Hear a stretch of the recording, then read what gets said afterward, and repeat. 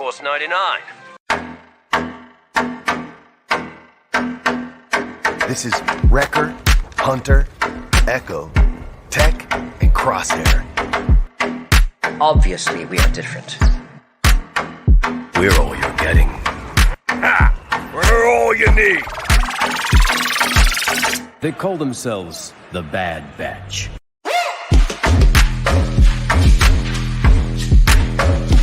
Experimental Unit Clone Force 99. The defective clones with desirable mutations. This is one meeting I don't want to miss.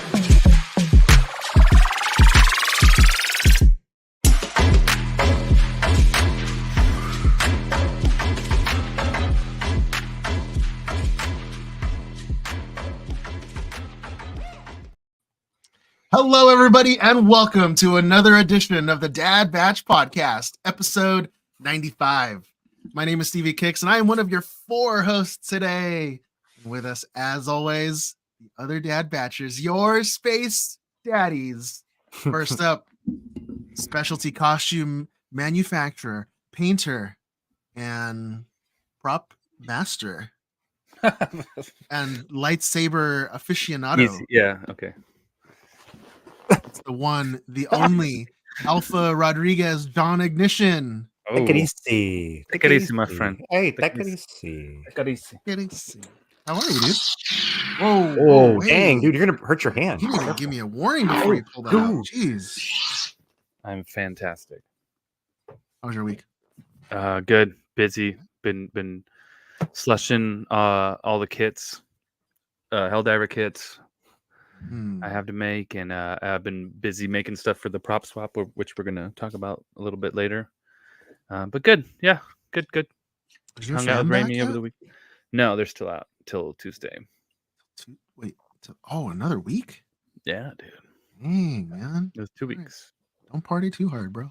Yeah. I've been drinking like a beer a I was night. gonna say, is a beer and dinosaur chicken nuggets is your diet? I did have dinosaur chicken nuggets one night, so that's pretty crazy. Yeah, See? I'm like, these are Amy's, but she won't. She won't miss some. She won't mind. Yeah. I'll eat the T-Rexes and leave her the Triceratops. There's Like time a to pterodactyl. there's time to stock up before she comes back. Yeah. But good, thank you. Cool. Next up, this is my partner, Black Magic. It's Raimi Shanaday. What's up, man? Hi. Black I'm good. Magic woman. Dude, good. you're looking smooth, man. Like you shaved the beard, shaved the I head. did. I did. I had to do that for reasons that we'll get into on the workbench. But yeah, I had to Okay. shave. All right. So- And then I'm debating like just how much I want to let it grow back between now and San Diego, because for the same reasons I will need to shave again at San Diego. So You look You're talking about you the look end like of July, right? yeah. yeah. You look 10 years younger, man. Oh, thank you. Keep it clean. No Speaking of greatness. Black Magic, what's up with that shirt? Is that a mall shirt? It's a mall It- shirt, it- right? It is. It's like a Oh. Whoa! The camera's Whoa. down. The my dark camera side literally got a just hold of. decided to take a dive on its own. That was a Don't get cat. angry. That was a cat. It's like a bike, like a bicycle riding shirt. Like it's made out of like the sports flex kind of stuff, and it's that, Oh, okay. but it's got Maul's tattoos on it. So yeah, Very cool. You should just get those for real. should get a in bike. real life. Can you imagine Raimi just wearing all this ink underneath his shirt? Yeah, just all these like mall Dude, if he tats. just got, Yeah. dude, you should get that tattooed. Dude. Tribal Maul tattoo. You should just get Maul's tattoo on your chest. Yeah. and then tattoo the horns. or not, or, Just get 'em in- or not. Oh. That No, Yeah. like those like elementary school cutouts, just like the serrated dotted lines of the horns on his head, so he knows where to put them like each time. Here. yeah, Yeah, with the little Here. number and the corresponding. I actually do. Yeah. My horns are numbered on the inside of them, so I know where they all go. 1, 2, 3, So- 4, 5, 6, 7, 8, 9, 10, 11, 12. Sorry, a little throwback there. It's technically Whatever. 11. You were close. So 11. You have 11 horns. there are 11 horns. It's an odd number. It's like 10 Come and on. then the one in the middle. Yeah, and then there's one. Eleven. There's one. Oh, It's the it's symmetrical except for the unicorn. one. Yeah. Oh, dude. Good week? Yeah. Always. Well, speaking of horny, last but not least, he's our 24-hour curing 2-part epoxy of our little squad. Joe Lara, what's up, bud? I'm doing good. When are you gonna send me one of those hats? I have them Saturday. I'll hand deliver them. Oh, that's right. We're gonna see each other Saturday. Yeah. Saturday. That's a great. Saturday. Yeah. Prop swap. Saturday. Saturday. This Saturday. Nah. Prop swap. Saturday. Come on down. Wait, I don't have that commercial clip.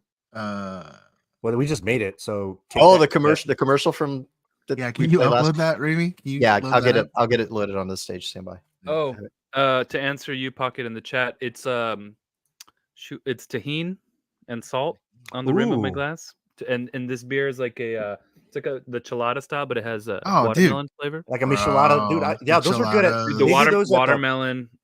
Ooh. People are sleeping on the watermelon. It's good. The mango's good too. Mango's good too, but this watermelon one is Nice. very nice. We got the multi-pack from Aldi.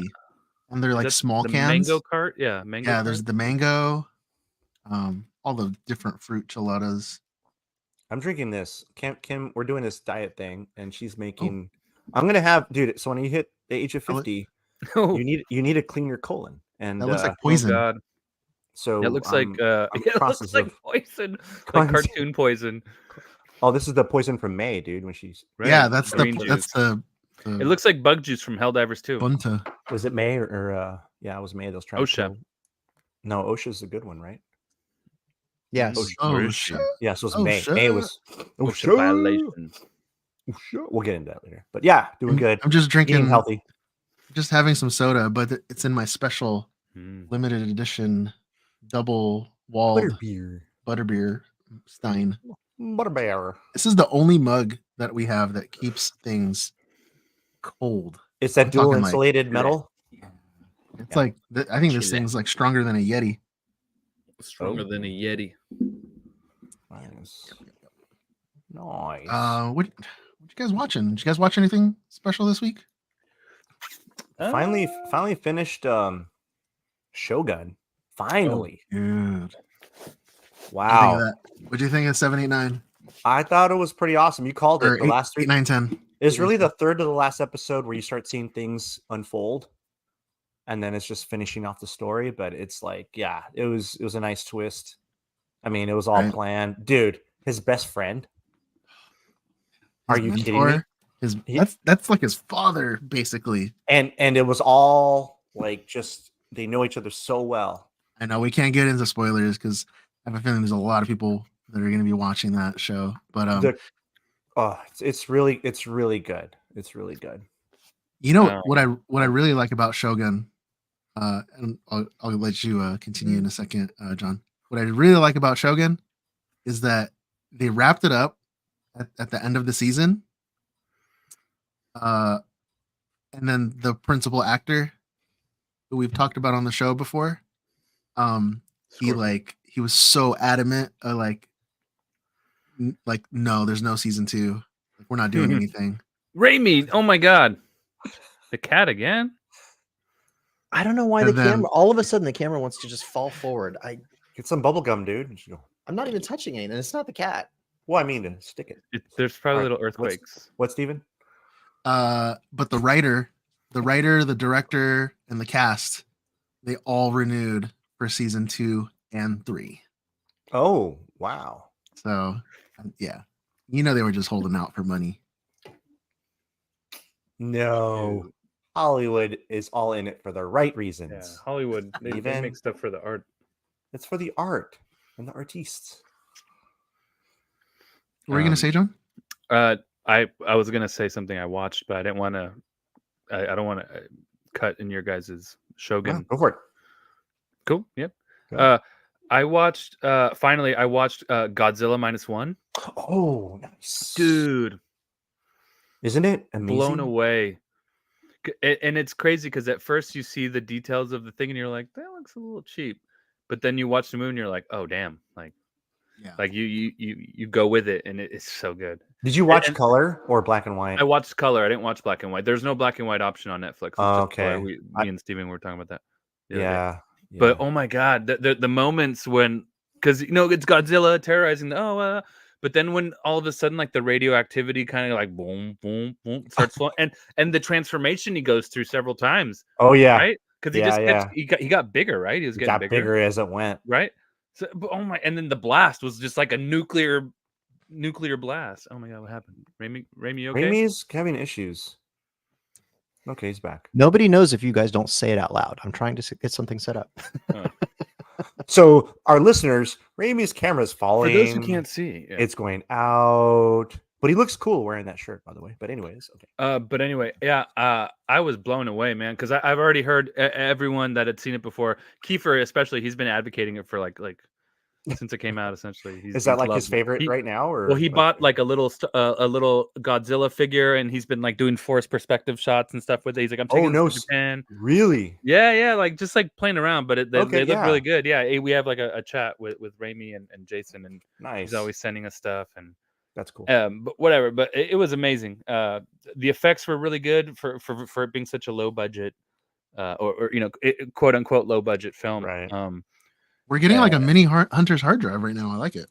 Oh no, it's good. Dude. Well, I mean, yeah, I mean, Godzilla's Godzilla. It's always, I mean, it's hard to mess up Godzilla. I'm sure there's ways. Yeah, I'm sure there's ways. Matthew Broderick did it. Matthew Broderick. Yeah. That's what I'm saying. Dude, that trailer for that one looked amazing. Then it went the movie. The trailer for Matthew Broderick's looked awesome. Well, because we hadn't had Godzilla for forever. And the foot that stepped down on the trailer was massive. And then you actually see him and you're like, that's a lizard. Come on, man. Yeah. But yeah, it was good. I think this was the first So I mean, like, Godzilla's been around like our entire lives, right? There's always a Godzilla movie. Black and white. Yeah. I think this is the first Godzilla movie where, and typically when I'm watching a Godzilla movie, I just want to see, like, I don't care about the humans. The destruction, right? I just want to see like the monsters fighting each other, right? Just give me 2 hours of that, right? This is the first Godzilla that I watched where I was like more interested in the human storyline. Not only that, like the people, they're fighting against Godzilla. It's not like Godzilla against a monster. It's not Mothra or Mecha Godzilla. It's the people. They're fighting Godzilla, and they somehow find a way. I know, Tracy. I know. Then they somehow find a way to do what they do. I don't want to ruin it for everyone, but things happen. That's another movie that's gonna have a sequel. That's been greenlit. Godzilla minus two. Minus two. Yeah. Well, it's going the other way. It's not going to zero, because if it's -1, shouldn't it go to 0? +1? I don't know. +1. Maybe it's Godzilla 0. I don't know. Godzilla. But I do like I do like I appreciated the twist at the end, or the cliffhanger, I guess. Of Godzilla. You guys remember on her neck? On her. I'm trying to remember now. I don't remember that. I just remember the redemption. You just watched it. Remember when she was in the hospital? Thing on her neck? No? No. Sorry. Damn. I don't want to spoil it. Raimi, have you seen it? It was a hickey. A Godzilla hickey. No, I don't want to spoil it. No, I don't. I don't want to spoil it because I know there's a lot of listeners that didn't get a chance to watch it in the theaters. It was a limited run. It wasn't in theaters that long. It's like an indie film. Yeah, it was. Yeah. It was amazing. But it won, I think it won what? Best. It won an Academy Award. Best visual effects. Best. Yeah. I've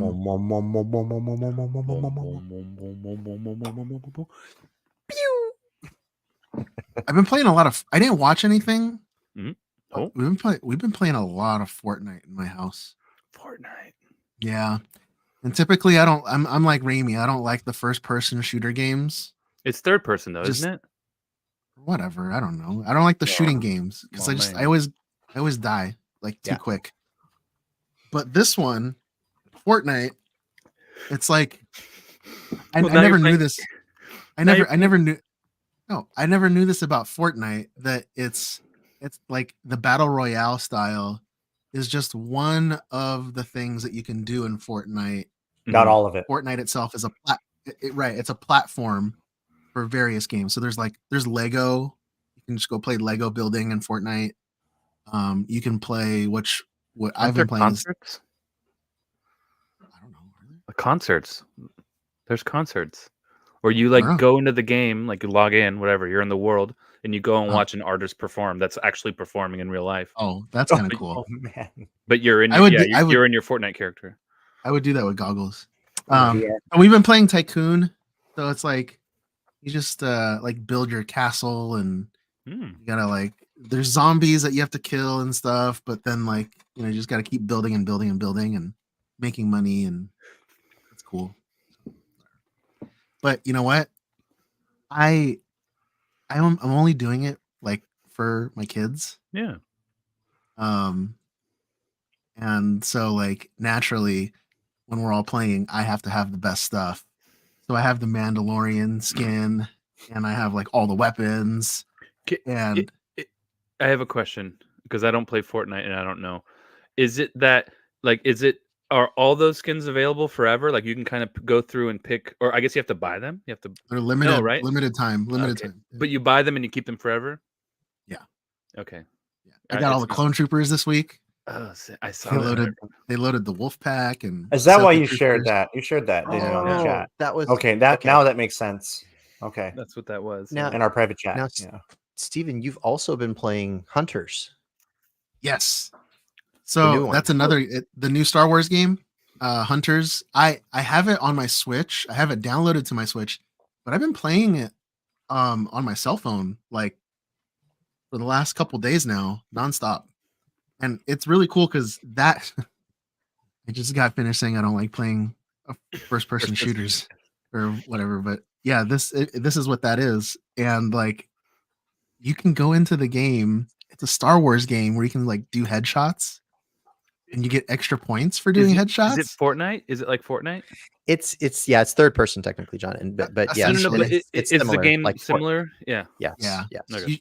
It's almost like I haven't played what's your bug game called? Helldivers 2, man. Yeah, I haven't played Helldivers, but you know how like you're in a party of 4? Yes. Oh, okay, cool. So this is you're in a party of 4, and It's 4 against 4, I guess. correct. Yeah. Okay. Yeah, and then you earn points for your team and stuff. Right. Is there an online component to it where you can like play with somebody that you know? It's only online. It's Okay, only so- online. Is it Is it the only randomly way? like you just get paired up with whoever, or can like if the four of us Unless wanted it's like to join, like could we Yeah. do it? Like don't Rami, know. like we did with Helldivers, where you like join us. Yeah, It's probably the same exact way. All the games are like that now. I'm asking I'll, Steven. I'll if check it he's out during the figured news that and out. I'll report back. Okay. Oh, I've only been just doing like the quick play where you can like just you get Jump in. jumped into a match. Yeah. Yeah. Yeah, I'll do a full review on it. I need some more time to play with it. I did download it. I've got it on my phone and I've got it on my Switch, but I haven't really gotten into it yet. So The visuals are cool. The visuals Yeah. are really cool. So. it looks neat. And we've got a friend that wants to do the Jawa, which is actually like two Jawas, one standing on the shoulders of the other one, and like it opens up the robe and you see that there's two of them stacked up in there. It's pretty funny. So we're gonna make that happen. Yeah. Anybody else have anything? Got some Helldivers. more Helldivers. ink done. Finished the tattoo, but Oh, it's- that's nice. it. it's still wrapped. For the visual people. It's still Whoa. wrapped. It's Oh, very Rudy. colorful. Very colorful, yeah. I like the And it plumerias. It sort of matches the other side, right? Yeah, the other side had plumeria, so it's got Rudy. Yeah, so that's going to be healing for a while. But got the that special wrap. What do they call it? Derma shield. Oh, Yeah. So that way it kind of makes like a version of what a scab would form, but it's plastic and it breathes and helps with the healing process. But Saran wrap. no, saran wrap. There's no pores. May says, "Be careful, Tech, when you're in the sun." Yes, good call. Thank you, man. Hey, Rami, did we get that audio? I can't find it. What? We played it, and I'm looking all over, and I Yeah. have The not- great prop swap. Yeah. Yeah. Drop. Okay. I don't know. Swap. I think I Great, have great, it, but great, you go ahead and let the listeners know about prop swap. Okay. Give me a second here. This Saturday only. All right, I got a little graphic there. There I you think I go. opened up. Oh yeah, there's a little. Can we graphic do on that there, stuff? something. We can't. Sure. do it. Don't give Sure. me the. Sure you can. I will Present? throw Do you have so to many. present? Is that how you do it? images of too many windows open here. Okay. glizzies. Do I present? Share this tab instead and Oh. add to stage. There we go. Okay. So coming up this weekend on Saturday, June 8th is the prop swap. So down in San Diego, gonna be a lot of special guests there. So this is where like all of the makers from the community get together, and they're All those some of them- celebrities, All the John. celebrities, dude. some of them have stuff Look at that. for sale at their booth. Some of them are just kind of showing off what you can then go buy online. But then this year we've also got a bunch of folks Some kind of homies. from the acting community. Our friends Judah and Marcus are going to be there. So My cousin Marcus. yeah, so we got DJ Rue coming. Here's some pictures DJ from last Rue. year. That So was a fun event last year. That was super yeah. fun. super Yeah. chill. It's kind of Look like at a that. mini con. There's us. I see Who's us hiding that? in there somewhere. A mini con. Look, we have our dad badge sign right there. Yeah, you can Yep. see it on the left. I think somewhere there was a picture of us standing in front of her. But There oh yeah, look at that. is- Look at that. Look at those. Look at those guys. Yeah. I forgot that picture. Everyone but me wearing the dad badge. Sure. Yeah. Of course. So we'll be there again this year. It's indoors this year. There's actually some stuff outside too, but it's indoors. 2 stories worth of stuff inside and out. So all the different costume clubs are going to be there. I think there's a group from there's a Halo costume group, the Droid Builders. There's a Ghostbusters costuming group. The Dad Batch will be there, and we're gonna have some stuff for sale in our booth. But we're also gonna have a little mini recording studio set up in half of our space with a nice little set that we've got put together, and we're going to be doing interviews throughout the event of kind of some of the other makers, whoever we can get from the group of celebrities that are going to be there. I'm sure we're friends with a lot of these folks, so I'm sure we'll be able to talk at least a couple of them into coming to talk to us. So it should be a good weekend. So if you're in the San Diego area this Saturday, I think, what are the hours? It's from 10 a.m. to 5 10 to p.m. or 5. something. Yeah. 10 to 5? Okay. So, yeah, come on by and say hi. And Steven, I think Saturday, we had- June 8th, 10 a.m. Oh. to 5 p.m. Come to the Great Prop Swap at the Albar Shriners Auditorium in Kearney Mesa to see real movie props and replicas, costumers and collectibles, movie celebrities, retail vendors, live DJ, food and fun. $10 admission at the door, or get tickets now at thegreatpropswap.com. the only thing that's Saturday, missing, Saturday. yeah, the only thing that's missing is Sunday. I'm stoked on the celebrities. Yeah, I Dude, have- autographs, man. Just get autographs. I'm gonna Sean. get all the autographs. yeah. John will be signing autographs. So Oh yeah, people. anybody that buys a helmet from him can get an autographed. They already come autographed, but it's my pen Even name. better. He'll personalize it for you then. Raimi, what are you selling? I'm selling collectibles. John's selling props. I And- have and- some collectibles as well. Okay, cool. Oh, nice. So- Hmm. But your stuff is way high end, more high end than mine. Not necessarily. It's the range. I've got Mm. I've got Funko Pops and Hasbro kind of vintage carded and Black Series, not vintage, but the vintage collection stuff. Black Series, and I do have a few Hot Toys / sideshow things, but not as much as the other stuff. Jar My Jar stuff's Pop, cheap. dude. My stuff's cheap because my wife said don't bring it back. Yeah, Mm. I would everything really must like go. not And bring do we mine accept back to- trades? Maybe.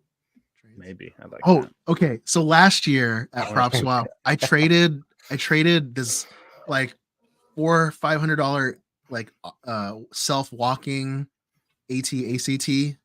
It was brand new in the box. Yeah. I traded it for a helmet of Solo, the girl from Solo. Kira? No, the other girl with the helmet. The Oh, bones.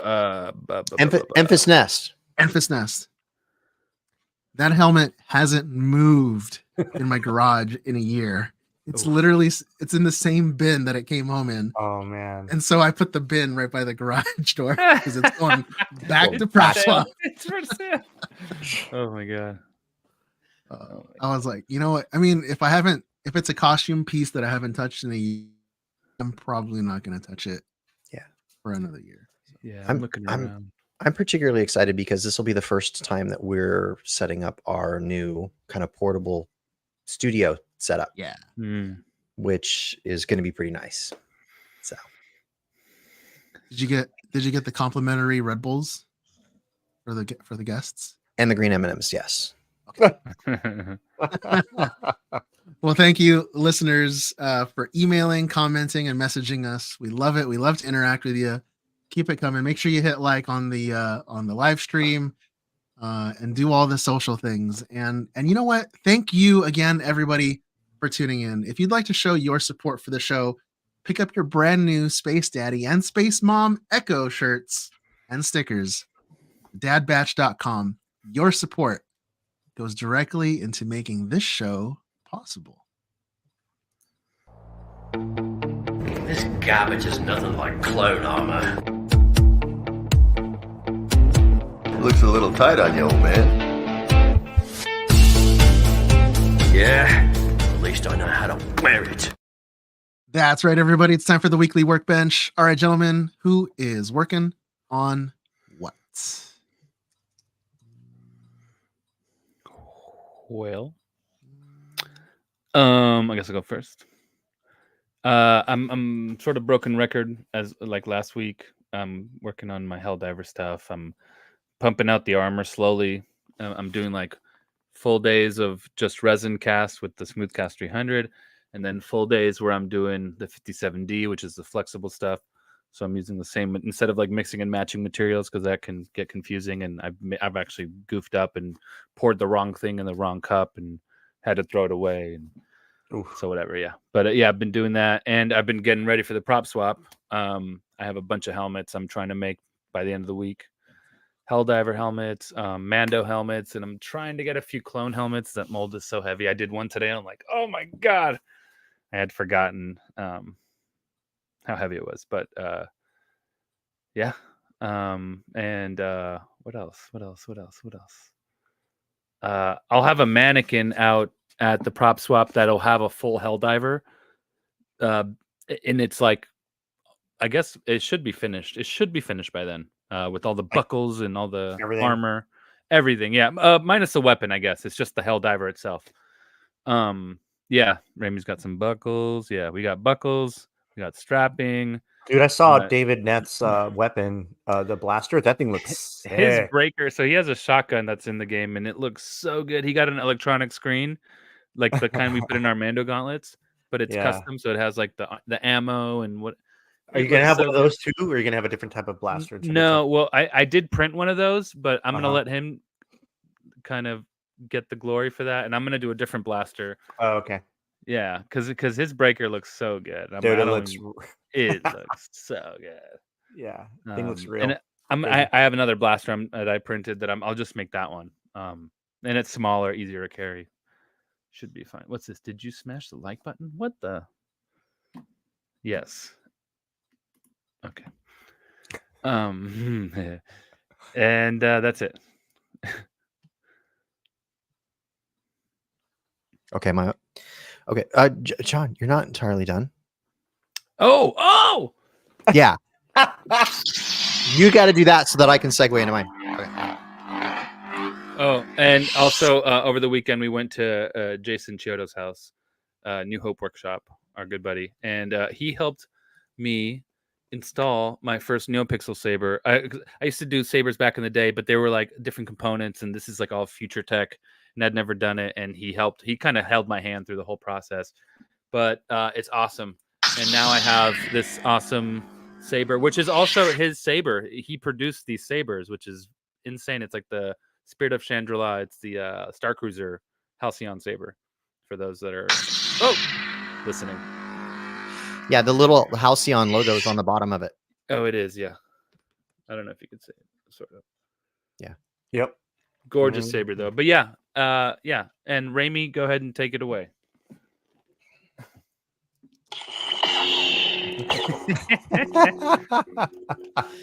So I've got a saber too. Also, we put this together. Steven's got his cardboard paper towel tube. So we put these together over at Jason's over the weekend, and this one was a little tricky because there's the blade, and it also has these two little auxiliary LEDs on the side, and then there's a third setup with the crystal inside, and so like it's actually behaves like three separate blades. It seems ridiculously bright, but it's got got all the sound and watch. I That's Yeah. Clone Force 99. Oh my god. So we can go around and rock out the soundtrack while we're gonna. You gotta hold it. Yeah. There you go. Yeah, but these things are so cool. And what's interesting, jeez, that I don't think everybody realizes is like the hilt is this metal thing, but all of the electronics are in this little thing. Like this is it. Like this is literally like they ship this hilt An to empty you, and tube, it's yep. you do whatever you're gonna Empty. do to it. I painted mine obviously, and then like this works all that. So you can see the little crystal, and then there's the extra LEDs, and That thing is wow. It's so bright, dude. You could land a plane with that. That's like yeah. We Oh. were at Disneyland last fall with Jason, and we were walking through a crowd, and like everybody had lightsaber. It was one of those like lightsaber moments because it was for Life Day or whatever. And everybody had these lightsabers and stuff in that, and Jason just takes his and just turns it on. And literally it was like the sun burst over the mountains, and like there was an ocean of lightsabers, and it was the most epic flex I've ever seen. It was amazing. now have him put on his sunglasses next time before he turns. Yeah, it on. literally just sitting there with sunglasses and just. But yeah, you can like they've got these hand gestures, so you can just like you don't even have to like push a button. It just You can also stab. Is there like a shake Yeah. weight gesture that you can do that does? there this? is you can do that and turn on that way. Dude. So yeah, so John, I've been all about the lightsabers. since Yeah. then. We've I been can see geeking. how these are addictive. Like this thing Dude. is super cool. I kind of want to make another one now. Yeah. And then last Thursday, and this is we talked about the fact that I had to shave. So last Thursday, I went over to our friend Callisto's house, and she and her friend Emma helped life cast my head. So this was so that because I wanted to sculpt the scars that are on the Joker's face for the Joker costume, and then between I have Darth Maul, like there's other costumes that I've got where I wanted to be able to just do this. So I got this thing behind me here. Dun, dun, dun. So Oh, sorry. Oh. Here Steven's rolling his eyes because he's got to edit all these bangs of the microphone out. So this is it's a 2-part plaster mold that sits over, and it's just like the same stuff that they'd use to make a cast. They literally put like the gauze in the plaster gauze stuff in the water, and then just put it on my. So the first thing they did was they covered my head in the silicone stuff, and so that is what actually, and they put little keys on it just so that it locks it to the outer piece, and then they made this plaster thing in 2 pieces around. So I had to sit there for like it was a little over an hour in total that's not silence. bad. That's not Total too silence. bad. It wasn't that bad, but I will say, like, I fell asleep a couple times halfway through. Yeah. As Because long it's as like you can breathe. it's like a sensory deprivation thing. Yeah. I thought that they were gonna like plug my nose up and literally like, and I'd have to Yeah. breathe below. With drops. They didn't do it that way. They literally like I kind of held my breath for a second, and they kind of went over, and then I just had to exhale to sort of Clear. pop it out. Oh. Yeah, like that. And it just blowing a snot rocket. exactly, and it Okay. stayed open like that, and it was still got enough of my nose to As long as it Not doesn't doing go back anything. in, you're like, yeah. That's crazy. But yeah, I mean, like they plug it into your ears and your eyes, and like, and as this stuff Damn. solidifies, you're like, I literally can't, I can't smile, I can't open my mouth, I can't open my eyes, nothing.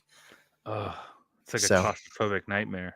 It was an experience, but I knew going in, and they told me like how long it was going to take and stuff, so I was kind of prepared. It was fine.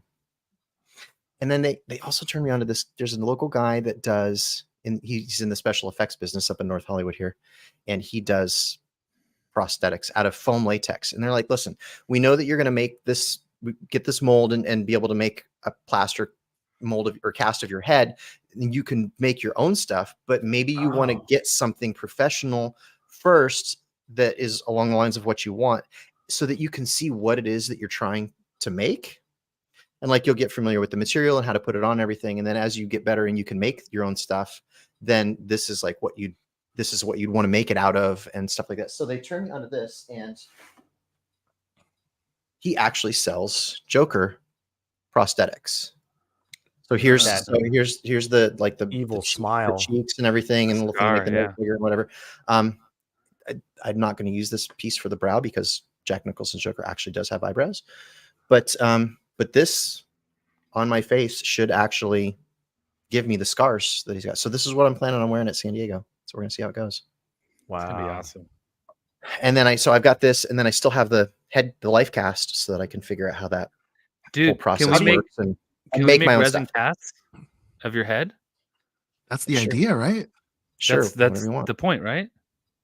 Yeah, so they gave me the stuff Bring to it use over. to. So we can have It's Raimis. like- We can have multiple Raimis. Is what Bring you're it saying? over. I want a Raimi head. I want a Raimi I head. guess we Oh, could. can I get a Raimi? I want a Raimi. John, can you make me one, please? Dude, can't. that's Not going in. good. I know it's going in Chrome Tono 3. A Raimi head. We'll throw Chrome We'll Raimi chrome head it. in there. Chrome Raimi head. Yeah. Dude. Chrome Raimi. Oh my Chrome gosh, Raimi. Dude, that can be an award for something. we need to The do an Chrome Raimi. awards thing. Dude, The Chrome Raimi is the highest Dad Batch award you can get. highest honor. The Chrome Raimi. It's Are you above kidding the me? Oscars and the Grammys. It's the Chrome, Bro, the Chrome. Raimi. The Chrome Rames. The Chromale Ramale. Chrome. Come on, dude. It's better than gold. I need it. Yeah. I Someone need else it. is up now. Seriously though, can we make resin casts of your head? Sure, I don't know why not. I don't It's need just- the neck and the shoulders. I just want I want to carry you in the back, like the way Kratos carried the what's his name's head in God of War 3 or something. God of War 2.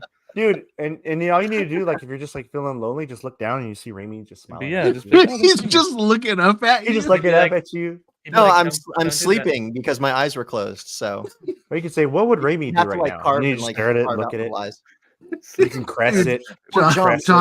John, yeah. you have to cast this before your wife comes back from her trip. Oh my Dude, god. bring that over. Oh no. Oh, Oh dude. no! Oh no! And then you need to like place it in the bed or something Oh at night. no, dude. Nah, I don't want No, I don't want no, problems. I'm gonna stop you. You right know what there. though? My mannequin actually needs a head. Right now it's got a styrofoam. Dude, I have a head. mannequin with no head too. Raimi's Yeah. head would be perfect. I need Raimi's You know head. my mannequin has no head. I have no head either. He's got his I have a microphone mic stand. stand in the play. Yeah. I have a styrofoam. No, head. John, you know how your Helldivers helmets have like the eyes showing through? What if it was my Put face? Raimi's head. Yeah, we'll just Oh, have Raimi's sticky eyes in dude. there. Oh, dude. Well, Those every things are- helmet you order, you get a Dude, if Raimi we head. had like 100 of them, we just put them all throughout like SoCal, like in Put 'em just on random spikes. places. Not on spikes, John. That's gross. Dude. No.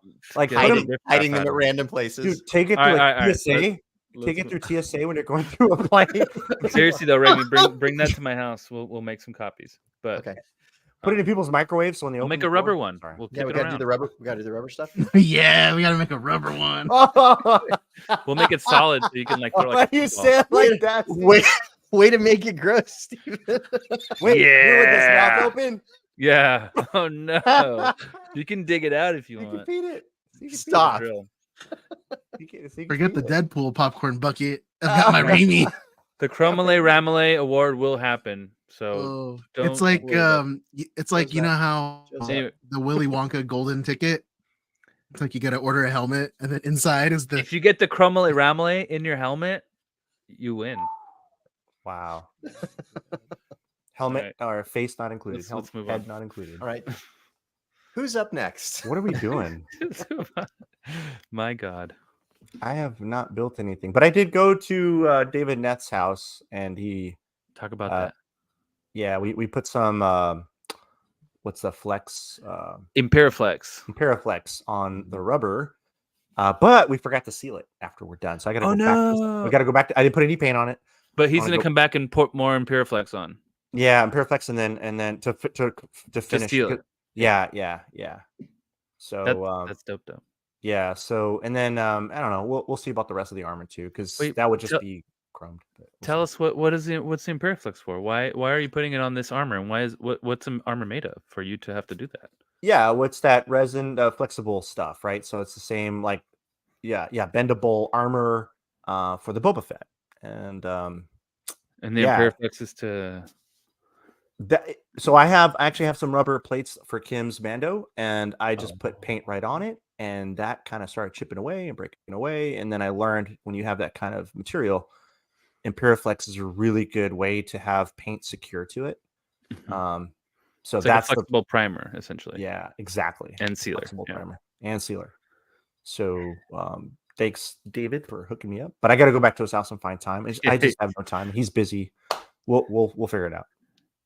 But That's yeah, dope though. I still haven't used that stuff. it goes a long way. A little goes a long way. I can now though. Yeah, rubber armor. If you need to paint it, but you don't need to paint yours because it's supposed to be black, right? No, well, I mean, Montana paint has a flex to it. I don't know how much flex, but we've painted armor from 2 years ago. We painted rubber armor with Montana, and it still hasn't chipped.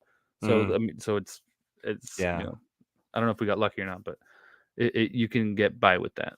Yeah, but not doing too much. But not with the Lumiluster. Yeah, that's like something specific for that. Yeah, Yeah. Try and do it the right way with this one. yeah, that's dope. That's it. Steven? So I got the lightsaber here. So my new hilt. Yo, does it have gesture controls? Let's hear the sound. It's natural. I want to hear it. It's What sound font do you have? biodegradable too. What color you is just it? You have to take off the what is it? The Take blade off- protector? Is it a Pringles? steel? Is that what they call it, John? The blade protector? The blade plug. Blade plug. So you got to take that out and then. Boop. Why are you putting your mouth to it? So, well, it's just. So you can hear it, but it does have the sound cap. the Kyber reveal. I want So one. The If you pommel. take off the pommel, the Kyber. the Kyber comes Oh, out no. here. Oh, look at that! Look at that! Yo. And yeah, this one's a Yo, red what one. color is that? Oh, you got a red one. Oh, Nice. That's dope. That's see, that's a good saber right there. No costume building this week. You know what I've been working on though is doing more housework with the backyard. Nice. We literally just have a dirt lot, right? So we had the concrete that was poured. It's beautiful concrete. And now for the rest of it, we want to put turf. But the price quotes we'll be getting on turf is just like it's astronomical. Everything is expensive right now. The quotes. So I've been doing my own research. I've been calling the quarries, the rock quarries directly, asking them what the prices are and all that kind of stuff. Did the math on everything. So we have like a 25 by 60 foot wide area that we want to put turf, and I need like 3 inches of base gravel and just all this stuff. Right. So we came out with the calculation that we need 25 tons of road base gravel for the base, and then another 6 tons of sand that go on top of that before we add turf. Jeez. Now, if I buy all this stuff myself, we're talking in the single digit thousands of dollars as opposed to 15, 20,000. Yeah. So we had the first 5 tons of rock delivered, and my wife and I shoveled it ourselves into wheelbarrows and then brought it to the backyard and then tamped it and all that stuff. And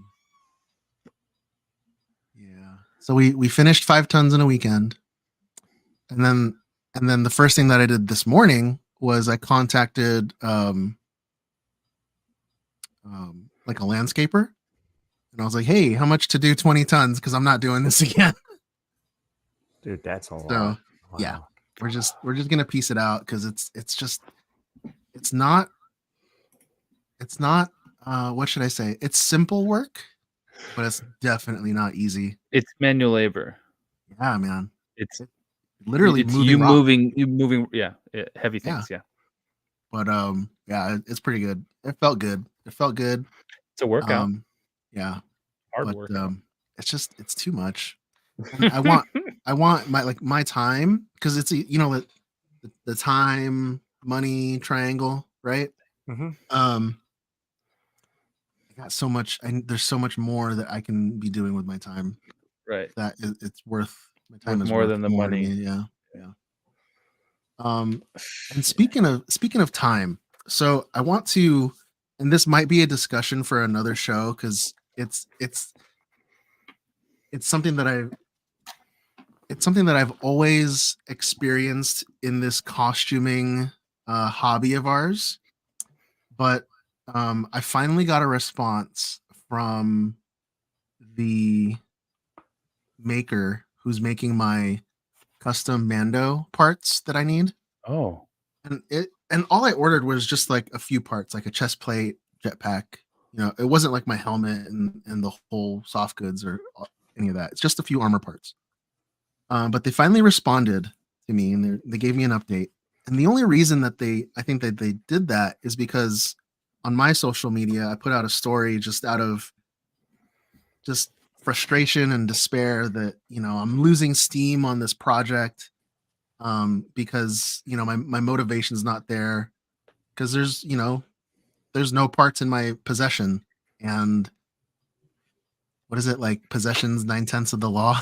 Yeah. It's also like 9/10 of the motivation. You didn't even name names in that. No, I didn't. I just needed to vent because it was, but and then I started thinking because there was a lot of people that replied to that to me, and a lot of those replies were like, "Oh, me too," with this maker for these parts and this other maker for these parts, and just everyone was sharing their frustration stories of a very similar situation.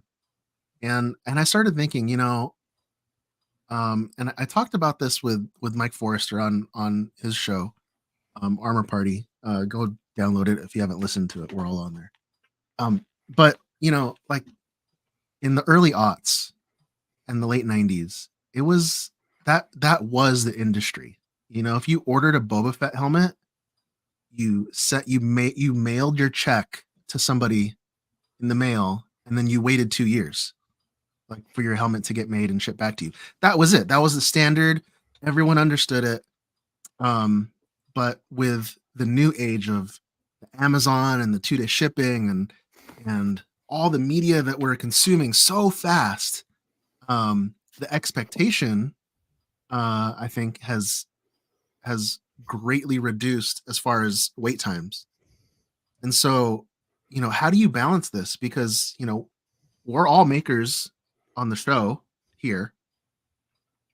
We've all provided to other John's running an actual business of making. And yet, there's I don't know. It's, how do you quantify what's an appropriate wait time for these products? Custom, bespoke products that are handmade, usually in someone's garage. They're 9 times out of 10, they're unlicensed. They're private artistic creations. But at the same time, the expectation for this is I got to get my stuff right away because I got to build it.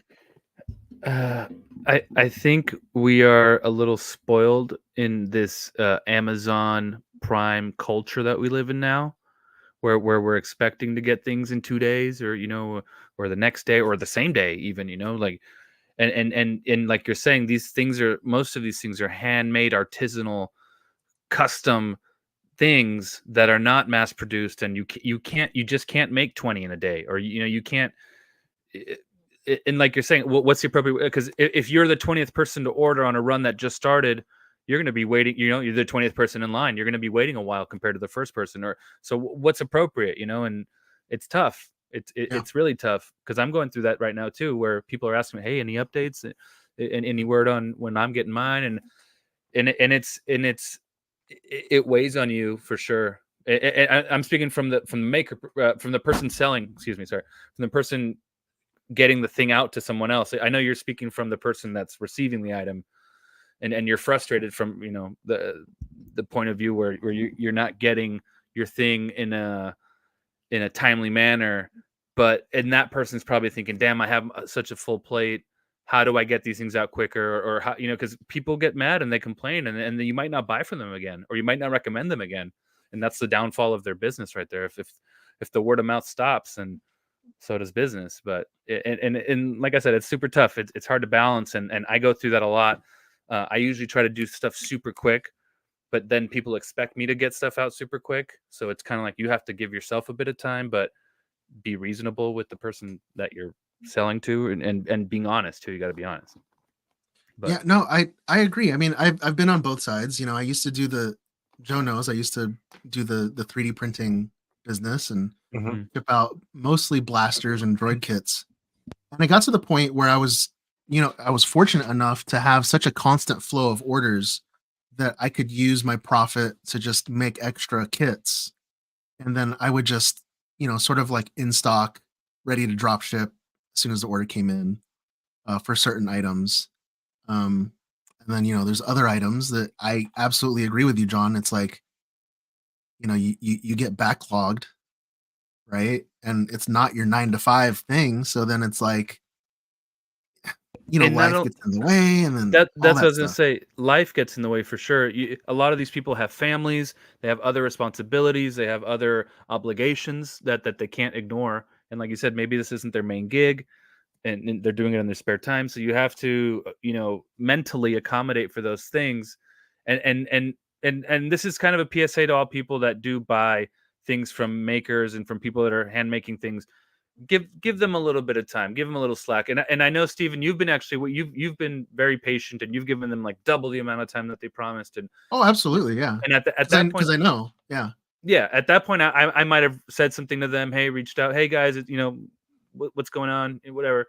But also, uh, to other people that might want stuff quicker, just keep in mind, yeah, some people have a ton of stuff on their plate, which is not, as a maker selling stuff, you're responsible for the amount of stuff you have, and what you're able to produce compared to what you have on, that ordered. And people drown a lot in those situations where they can't produce enough to what the people have bought into, and it's kind of, it's a mess. But And then you get the customer who's like, oh well, you get one customer who's very understanding, then you get the other customer who says, hey, that's absolutely 100% not my problem.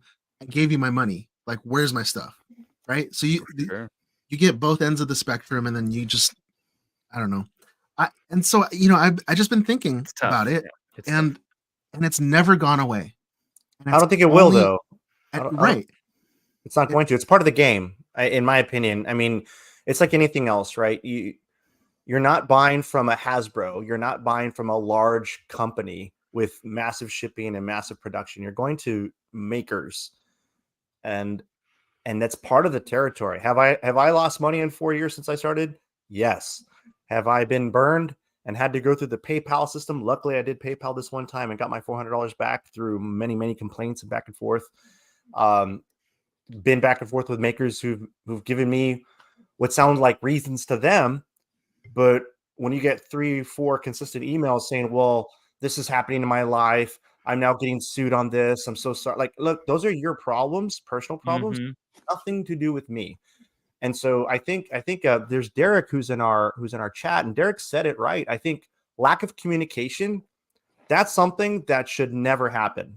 If you're going to get in the business and you're going to be a vendor of some sort, I think you should communicate. Hmm. At a minimum, just say it's still in production, right? Keep it professional. Just like personal stories. I'm sorry if it's It's no true, one's business. Yep. but honestly, how do I know it's even true? And you're not lying to me Well, because you said the yeah. product was going to be here, and now it's 6 months later. It's like 6 months later. Hello, So I But get it. You're people right, do Stephen. that. There's a give and take, right? So you kind of have to one. This is a good PSA, John. You're right. Like, expect to go in the game that you may or may not lose money. You may not get it when you want it. Or at least communicate with them and be like, yo, what am I expected to wait? Give me an ETA. Oh, it's going to be 4 months. Cool. At least I know that I have a In 4 4 month wait. months, I In can 4 months, email you. yeah. If I don't have it in 4 months, I'll hit you up and we'll see what's Yeah, going on. But it's not like hey, where's the thing you promised me? It's like, oh damn, right. hold on, my dog died, and this, it's obviously it's no one's business what your issues are, but people are going through things, and just like you are, other people are also going through things. So uh, it's so hard to balance that, because as a buyer, you're like, no, like, give me my thing, but the Yeah. maker is also a person, and they're also going through their. But again, I try not to get that, let any of that get in the way of the thing. If the person bought the thing and I told them this amount of time, I try to get it out for them, and that's it. And if I can't for whatever reason, I communicate that with them. And honesty is actually the best Communication. policy. Yeah, Yeah, honesty and communication. Yeah. and I'm glad that Joe brought up the Hasbro thing, because that's the next thing that I was going to reference. Is that Hasbro is now doing the HasLab projects that they've been doing for, but the lead times for the HasLab products. What I mean, we ordered I forgot about that thing already. we ordered the Ghost Yeah. during last year's Comic-Con San Diego. So that's over a year ago, okay? Or about a year ago. And it's not set to come out until I want to say fourth quarter this year, first quarter next year. If on Okay. time. If on time. So they've got our money for more than 6 months, and yet nobody has an issue with it. Right? Well, because we knew within the range of a quarter when it was going to be delivered from day one. And Like, we Hasbro's always knew. a huge corporation who is has a reputation of not stealing people's money or not delivering or whatever. Right? Yeah. It's Hasbro. So it's not your neighbor. So I mean that's why that's what I was thinking about this week. And it's just been weighing really heavy on me because, you know, I've been, like I said, I've been on both sides. I've been the maker.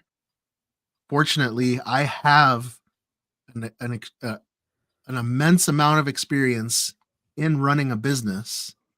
So this was nothing new to me, right? But there are makers out there, very, very talented artists who have no business running a business, right? And I think that's where we need to kind of, you know, like I was saying, it's not going to change. It's only going to get worse over the next decade or so, rapidly worse. So I was just trying to think, what is a solution? And I don't have that answer. I have, you know, plenty of thoughts, what I think could be answers. But I think it's like going to Vegas, man. You just kind of have to roll the understand how dice. the game is played, and you're taking your chances every time you buy from somebody that is not a major company. The chances there that your cash may not turn into something, with the product. It's Right. just part of the game. Yeah, It sucks. I think, gosh, and I don't want to give us too much credit here, but I think that we could, you know, we have a platform where most of our listeners are makers and cosplayers and artists. I think that we could start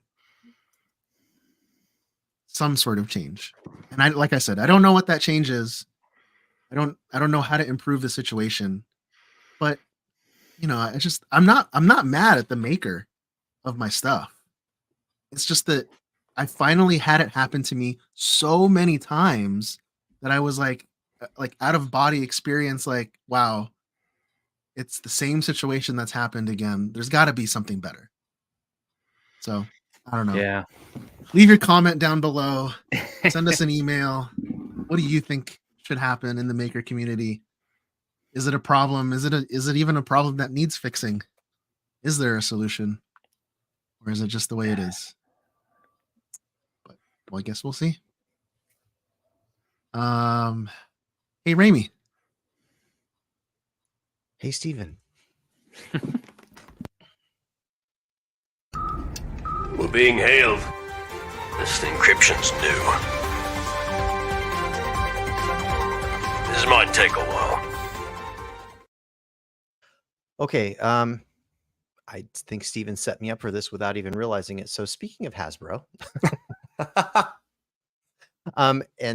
so we have known that they had a HasLab project coming up for a while now.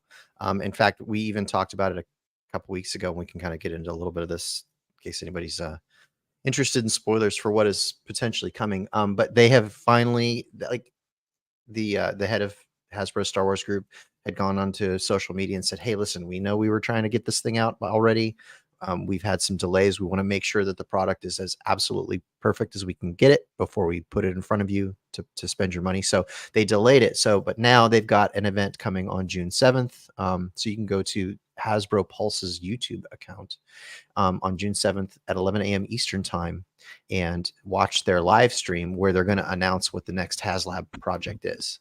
So we know from a leak, because they accidentally put this thing live for like a minute, and apparently the internet like catches everything. So we kind of know that what's coming is a vintage collection Moss Isley Cantina playset.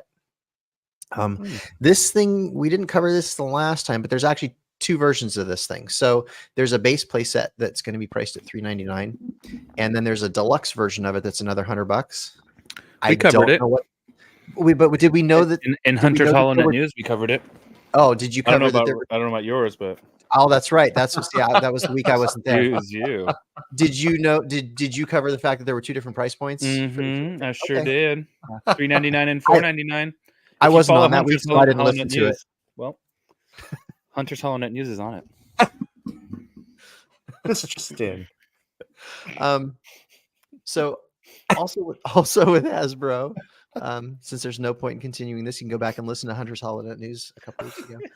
So also fair warning. So Hasbro's re-releasing the Black Series Hunter and Crosshair figures.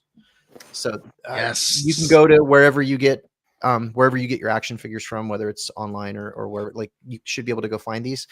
Right now, online retailers are taking pre-orders for them. They're scheduled to either be on shelves or ship later in the year. Is there a reason? Were they sold out like immediately or something? They had been sold out, and I think demand was high enough that they figured there was a market to do a re-release. Yeah, Hasbro did this. They're re-releasing like 12 figures for the next few weeks, and it's like 2 figures per week, but they were the most requested figures to reissue. Sick. I got my Crosshair this morning. That's the one I've been missing. But the thing is, so it's cool for people like me because I was missing the one figure, right?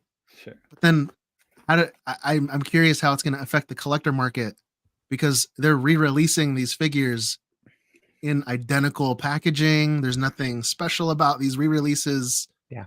It's just, they're just producing more. The year doesn't change on the stamp of their, like, on the figure? Not usually. I mean, there's no, that's not going to determine the collector value of it. The production stamp. No. I'm talking about the date. See, this one says 2020, Hasbro, 2020. So this new one's going to say 2023 or 2024. Yeah. It should. Identical packaging, identical figure. No, yeah, but there's a date on these things for people. I bet it says 2020. It's not perishable goods. No, but that's how they identify all the vintage figures, like what year they were made, where they were made, the markings on the feet and on the legs, and it's important. It is. I'm telling you, it's important. And I think, like, had they released these re-release figures like in a special package or like a sticker or something, then the originals I don't think would drop in price. But Crosshair is like $150. Oh, I see what you're saying. Okay. And now with this re-release, it'll come down. I got mine for $20. Well, hold on. That's what I'm saying though.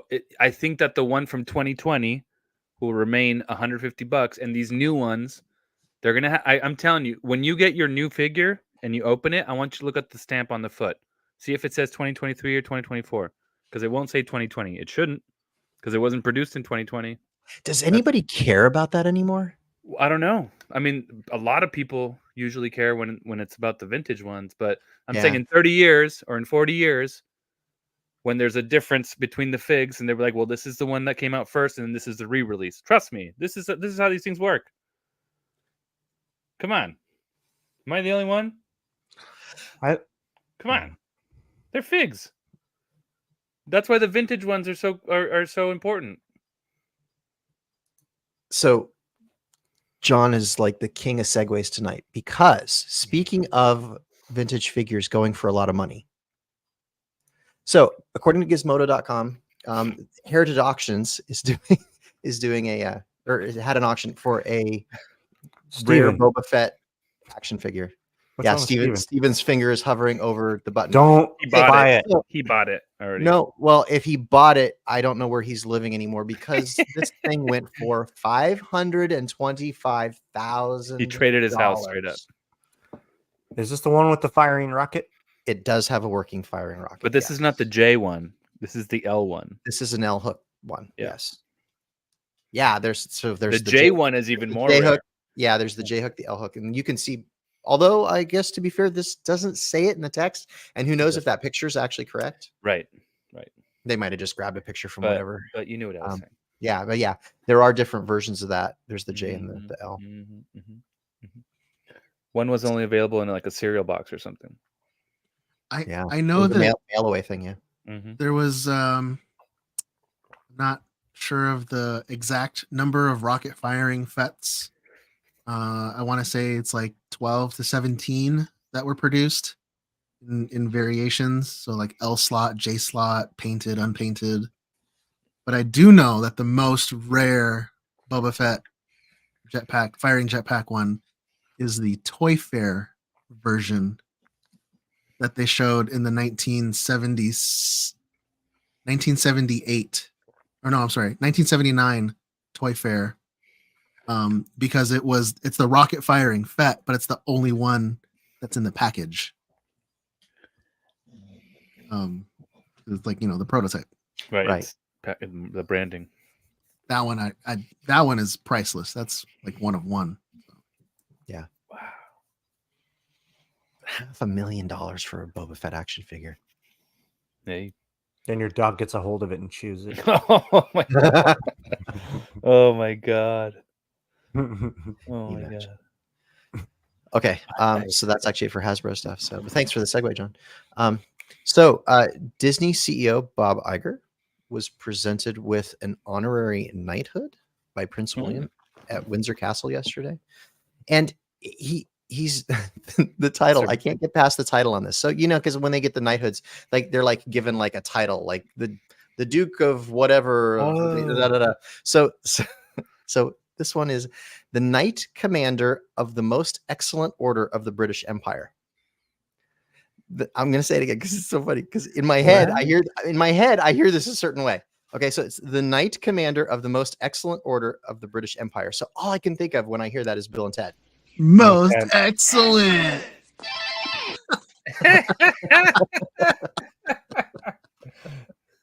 Oh my gosh. So yeah. But what does that mean? I don't know. I mean, they What just make. department I'm pretty sure they just sit around and make it up. It means if the prince or King Charles gets attacked, he has to go run and protect them or something. Like Sir Bobby, where is your sword? They give him 2 throwing stars, so he can, Sir Robert, the Knight Commander of the Most Excellent Order of the British Empire. Oh no, the most excellent. Nice. So, the Duke of Disney. Nice, Nate. So the only other thing that I've gotten is, and honestly, I'm not going to drain this one because it's up for everyone to go check out. So if you got to StarWars.com, they did a big spread on the costumes, and we are a costume-oriented podcast here, and that's what we kind of do in our spare time. So I figured we could take a look at this briefly. So they've got an interview with the costume designer. And they go into some of the details on the costumes for the main characters that we've seen in the show so far. So we see, Amanda's character and like some of the, like one of the shots here, you get a pretty good shot of like Indara's tunic, which is really cool. It's so cool. Yeah. Yeah. I like the stitching on that, how it's all, all the diagonal stitching. And then the other one that I like is this dude's tunic. Yeah, like how it's all one panel down the front instead of the split. The clubs are gonna have a field day. Yeah, with the Jedi they used to accept, and now what they're gonna have to the way the Mandos did essentially. But this is rad. Like the details on his belt, like how it's got the sash underneath it, but then it's got this extra little piece that goes over the. That's a good point, John. The clubs are notorious for like original characters. They'll put these rules that it has to be a certain way because only that character were because of that character or whatever. But these new shows are changing the rules. They did it for the Mandalorian. Yep, they're changing the rules for all kinds of things. Yeah, it caused a big panic in the club. Isn't Yord's costume just like standard High Republic Jedi? No, it has no tabards. It's just a front. It's like a big poncho in front. Well, and this is the first time we've ever seen a live action interpretation of anything from the High Republic, anyways. So even if it is, this is going to be different than what we would have seen in a comic book or something. Looks good. But yeah, and he had different costs. I mean, we'll get into this when we do the show review. But he had different, like this was more of a formal outfit that he had on earlier in the show, and then when they go on their mission, like he's got more of a conventional tunic and with the tabards and everything. But this single panel down the front is really cool. I like it too. Yeah, same. I'm gonna say that it's the standard Jedi Knight because I'm looking at Kai Brightstar from the cartoon. Oh, and it's like Kai? almost identical. Okay. Like obviously an animated cartoonish version of it, but right. the cape is the same. It's the way the belt goes around the tunic and all that. It's like slightly different colors, but almost the same. Could be. We should make Jedi. Which I think that's cool because if that's like a new Jedi that we could have. Yeah. I'm down, John. Let's do it. Are there other what club has Saber Jedis Guild. in it? Saber Guild Saber Guild. and Rebel Legion too. Rebel Legion. Yeah. But Rebel Legion is not for custom Jedis, right? No, you do. can. Yeah, they do. Yep. Oh, okay. But Saber Guild is custom Jedi and Sith. Yeah. See, check out. We got these. I like how that's they've got cool. this strap that goes over the sashes, or sorry, the strap that goes from the sash to the belt. I dig that detail. Lots of textures like you were used to seeing. You know, they're using like lots of heavy linen, upholstery fabric. It's cool. I wonder if they're going to talk about more of this on Off the Rack Rebellion. Is that their thing, or? I would expect so. Yeah. So last weekend we dropped a new episode where they did a trailer review for the trailer and dug into the costumes that we had seen so far. I'm sure that this is going to be another upcoming episode. Yep. Obviously couldn't record that one before now, but that's bound to be the next topic. So yeah, and that is it for the news. But an acolyte kills without a weapon. An acolyte kills the dream.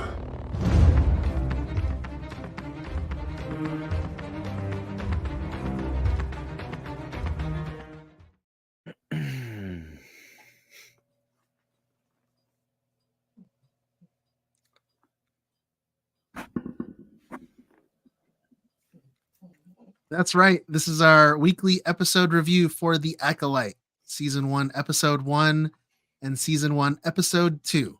Season 1 is Lost and Found, directed by Leslie Headland, written by Leslie Headland, music by Michael Abels, with a Disney Plus description: the Jedi pursue a suspect after a shocking crime. Season 1, Episode 2, Revenge Justice, directed by Leslie Headland, written by Jason Mikoleff and Charmaine DeGrate, music also by Michael Abels, with a Disney Plus description: an assassin strikes again, but this time the Jedi are there to attempt capture. Gentlemen, new show. New Star Wars. Inspired by George Lucas's Star Wars, but created, written, directed by newcomer Leslie Headland. Interested to hear initial reviews of what you guys thought about the show. Let's see here. Let's start with Joe. What do you think? The two things that I love the most was what I'm hearing. It's called Force Fu. So it's a form of kung fu, but it's Force Fu, and it's a different style, which is really cool. Like, I mean, we've seen fighting before, but this, dude, it's just a different. In the way it started right away with the fight was awesome. So I love the opening. That, and then now we have noodles. Dude, noodles are now in Star Wars, like udon noodles, ramen noodles. Like, dude, it's a noodle world. So we got sushi from the Bad Batch.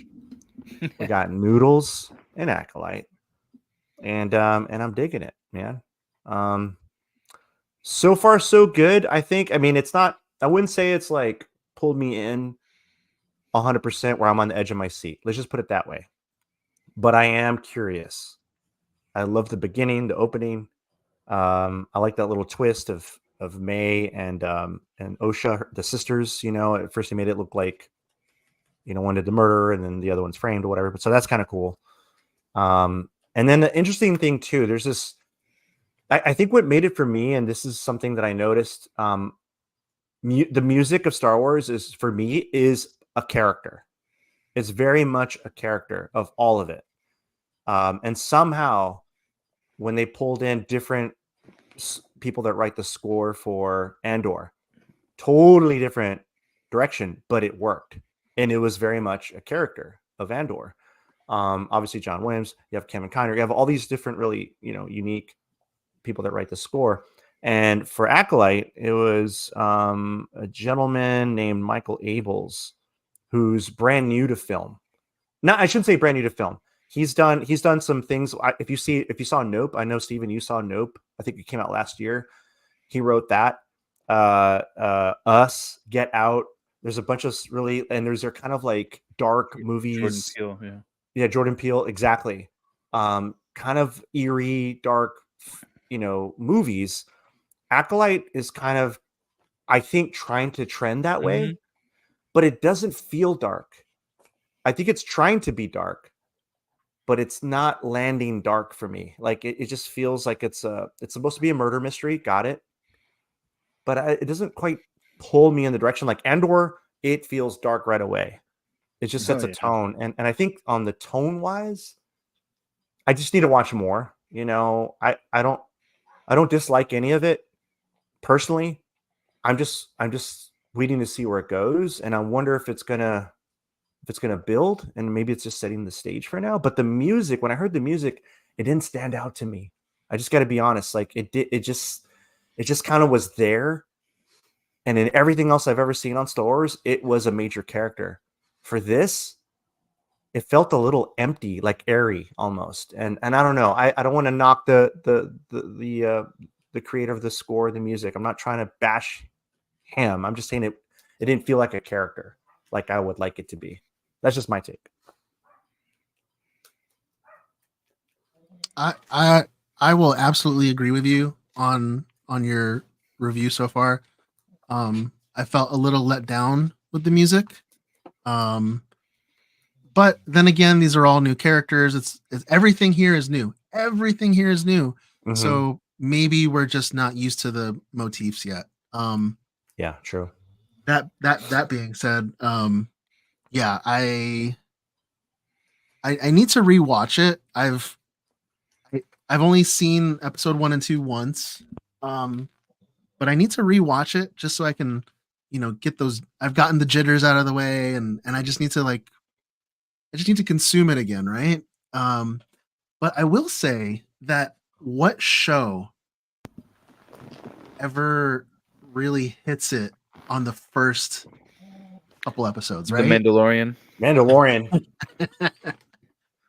Andor Okay. for me, dude. I was in on Mandor. Yeah. The Mandalorian. That's For me, it was slow. It was a different pace, but I liked Andor first. Yeah.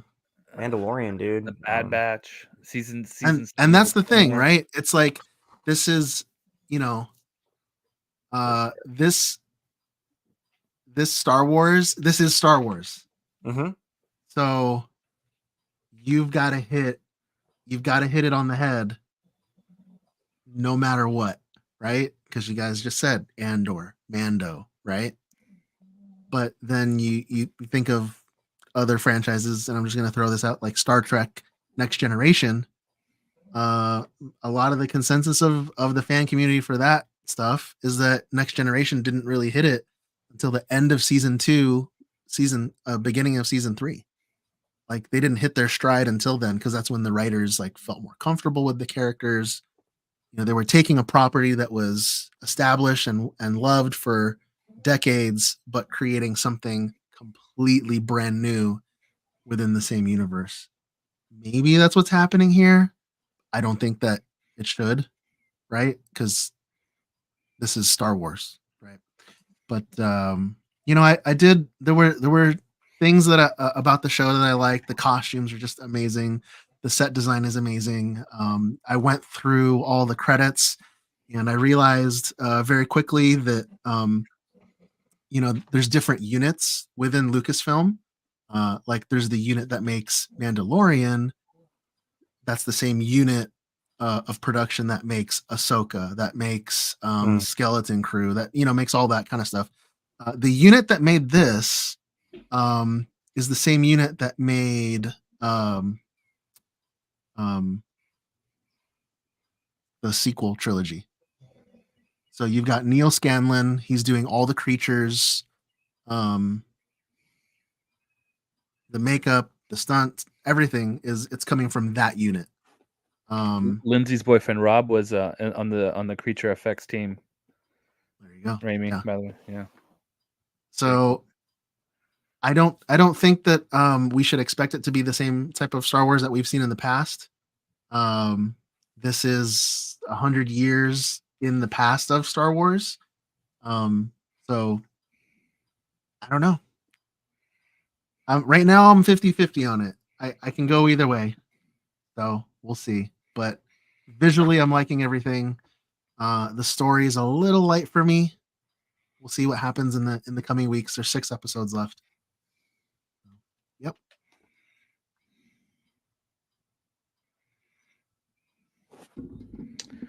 All right. I'm a big fan of lightsabers. That was my first love in the hobby to begin with, so I love seeing that on screen again. I don't want to critique the sabers too hard, but they're a bit chonky, like what you would see at Galaxy's Edge, which I guess is what they're marketing, what they're So trying to go chonky. for. But if they see Trinity with the chonky saber, they'll be like, I want to get a chonky saber. When you say chonk, you're talking about girth, or what are you talking about? Yeah, it's just a little thick, little lengthy, a little bigger than it That's should not be. bad. I mean, It's not terrible. not That's what bad. I'm saying. It's not bad, but it's a little larger than average. it should be less. It should be a little more slender, a little more. But that's not fun all the time. It variety. depends on the person. Depends on the size of your hands. Who knows? It's got Big to be saber preference. energy. Big Yeah. big saber energy. It's preference. Personal preference. BSC. But I did. Yoda's got a little one. Yoda's got a little one, and it's green. So it's green. No, but I'm saying his Yoda's hilt is like tiny. Yeah, super small. But hilt. Got it. Okay. I liked. I don't know if this was or not, but I think when the character of I don't know her name, but the Trinity Jedi, Dara? she ran up the stairs kind of in a Matrix manner. That was And a nice little nod. I think that was a Matrix nod. It felt like it, right? 100%. Like if it's not, then it looked like it could have been whatever. And I also I thought that the twin twist was kind of cool. Like, oh, there's 2 of them. Oh, but I thought it was kind of weird that was the first time they realized that they were still both alive. Like when there's a murder committed, or like when there's, like yeah. And I realized that they got her because they thought she was her sister, but that can't be like, oh, by the way, May's alive now. It's like, oh, like you're 20 years old or something. Like I don't know. I don't want to be too harsh, but I do want to give this show a chance. There's nothing wrong with it. It's all tolerable. It's missing something, right? Too early to judge. Yeah, I feel like it's a little too early to judge, but there might be some elements that might not like there's. How do I don't know. I don't want to sound mean, because I do like it and I want to like it, and I'm into sabers. Like this is I want it to succeed. I don't want it to fail. I think it's gonna grow, though. You know what I mean? Like we've already seen glimpses from the trailer. I think it'll get better. Like Steven was saying, yeah. A lot of the stuff is new. Some of the stuff is adapted from the comics into the show. Like Venestra, the green Jedi alien lady with the saber whip that we haven't seen yet. She's from the comics and the books when she was a young Padawan. So yeah. Now she's a master, I guess. But they're bridging the media, so things kind of, there's a backstory and things blend in.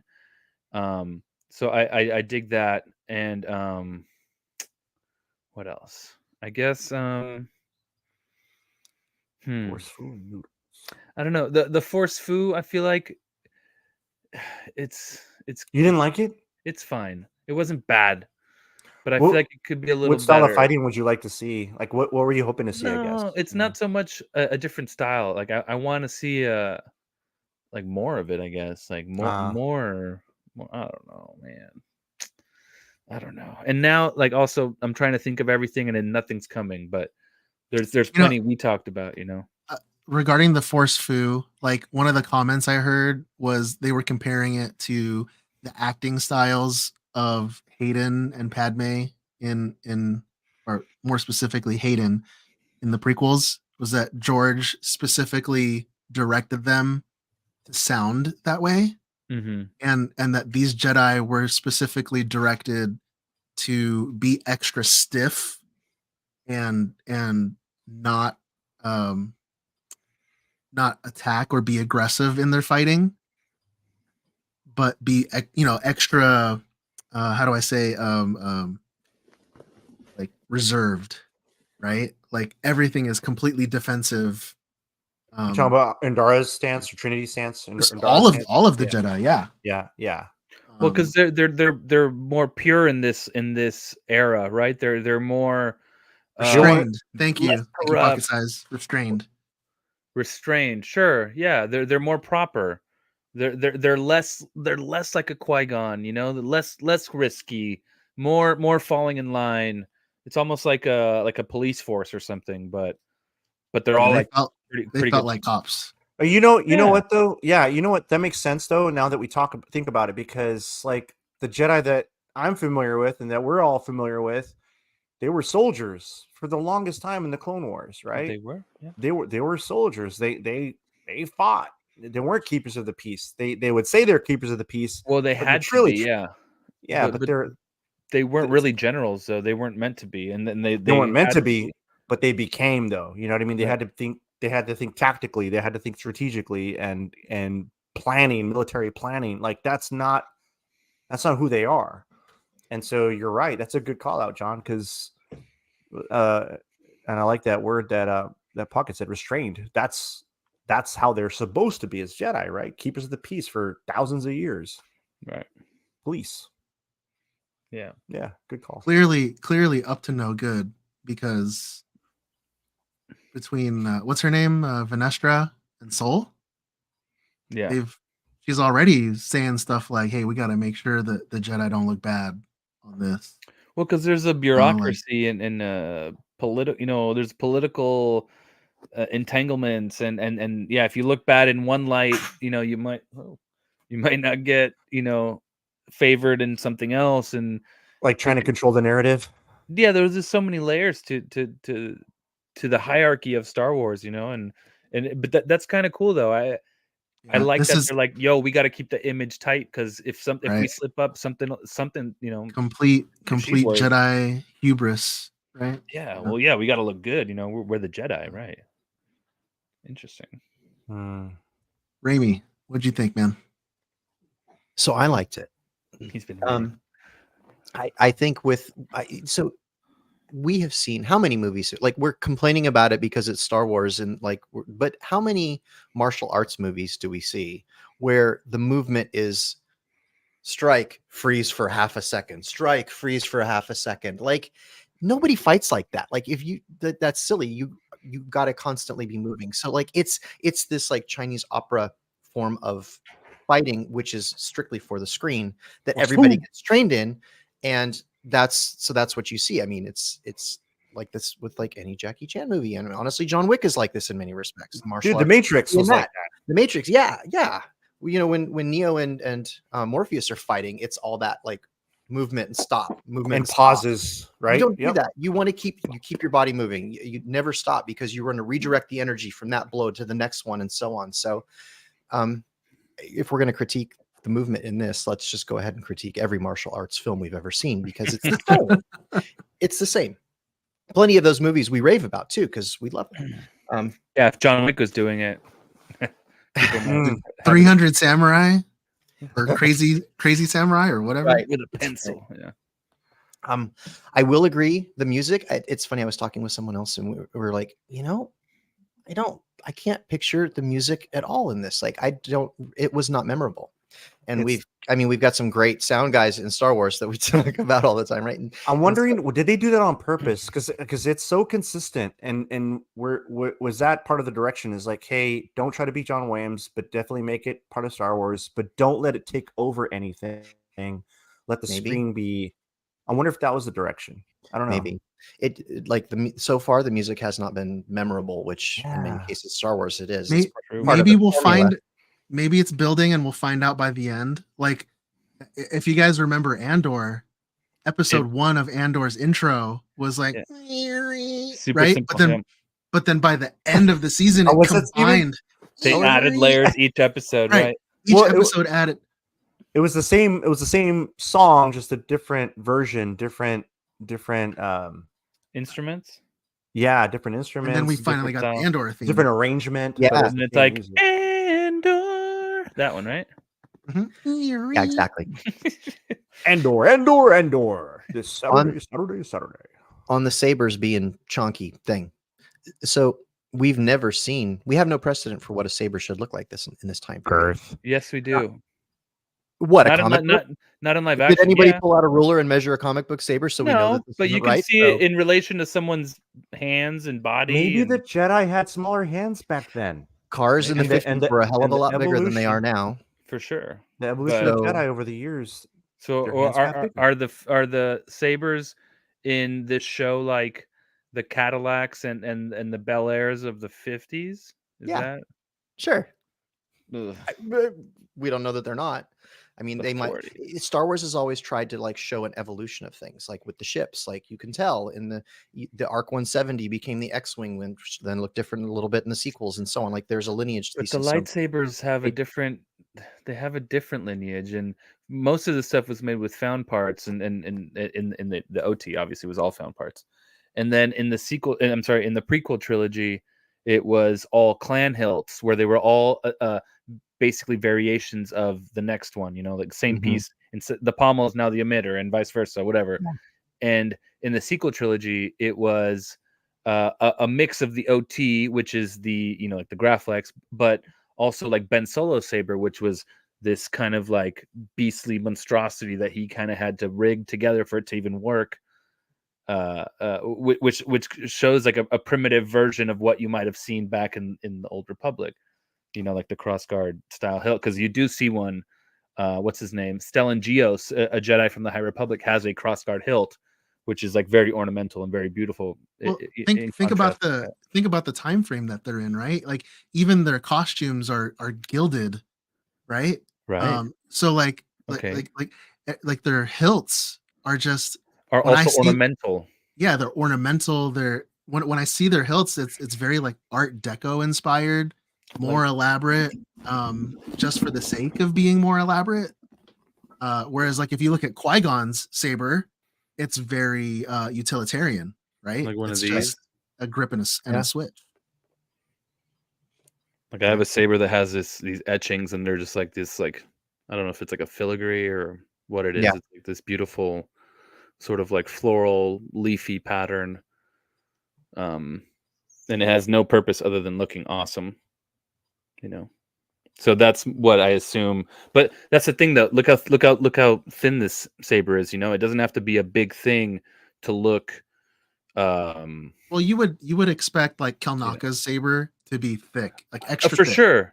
Like the same way you'd expect Balin Skulls to be bigger because he's a bigger dude. Right. Yeah. But these like proportionate to their size. Right. Yeah. But I saw I don't know whose saber it was. It was either Soul's hanging from his thing, or it was we got close-ups of Souls and we got close-ups of it Indara's. And so I think Indara's was yours chunky too, right? I feel like Indara's was like chunkier than it had to be. And it's like, okay, is it that way because you're going to be selling a product absolutely in the parks and it's gonna look the Absolutely. same. Yes. But it's like 100%. But 100%. why mess with the integrity of the prop just to, I guess, to match the thing they're selling? But You just answered your question, John. Yeah, Raimi, but what Is else it did all you about the think? Benjamins? Before John hijacked your review, what else did you Sorry. think? So I did wish that we would have gotten more of Trinity and Dara. I I literally think we love- will. I think we're gonna go back.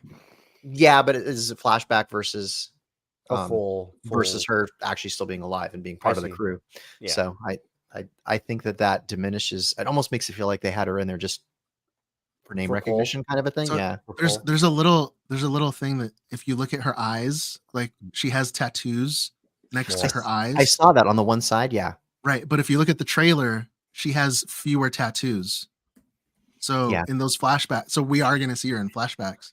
Yeah, I think. Well, I think Sure. it makes sense. We're going to see flashbacks of the sequence when the twins were being separated and Is that like the tattoos? was rescued and from so on. So we're going to see them Stay home. 16 years younger when all of that took place. That now May is trying to get revenge for. So I think that'll be the flashback that we get. So various opinions on the characters. I do think the characters were good. Like the one guy, shirtless boy, whatever his name was. Like I didn't like him at first because he was kind of antagonistic against the characters that we're led to believe are our heroes. But then like he comes in later and because he had followed Osha when she was going around and he's like, and he had her back. He's like, nope. So at least that like, yeah, maybe he's kind of stiff and a little bit. He's stiff and the rule follower, but right? but He's the rule follower. but he's honest. So he's like chaotic good. Which I like I almost went like flipped the switch when that moment. I'm like, okay, I like this guy now. I like Jackie Lon or whatever, like the Padawan. I got like a vibe that she like almost like episode 1 Obi-Wan, where he's kind of like he was like sort of respectful to his master, but also willing to interject criticism when it was appropriate. But then also like a little bit of an adventurous, like she did a great job kind of commanding the ship when they were trying to, they were kind of doing their mission, trying to get May. She was flying the ship and she played her part and she did good on that too. It was totally a police chopper moment with like the spotlight and everything. Yeah. I do think the shows, like the episodes were cut weird. Like both of them, like at the end, I was like, wait, that's where they cut it. Which makes me yes. Hold on, I love those. I love those What? endings. I liked them a lot. Ah, It felt like a Japanese, almost like a novella or something, where it's like all of a sudden it gets dramatic and it's like no, but like not like a novella like you'd see in the Latino channels, but like almost like it's almost like a Power Rangers episode, like where it's kind of like this weird like or like a Japanese movie. I don't know. I don't know how to describe it honestly. It shows a part of a scene that makes you want to watch the next. Well, it's episode, like, whoa, right? what was that? Yeah, and I mean, I didn't like the line he said after the first episode, which was like an acolyte is someone who like kills with no weapon, which is like so bizarre to me. But is that how the Japanese novellas, or whatever they're called? Whatever. Is that how they? Is that how they cut? No. But it'd be like an old. I like the sushi.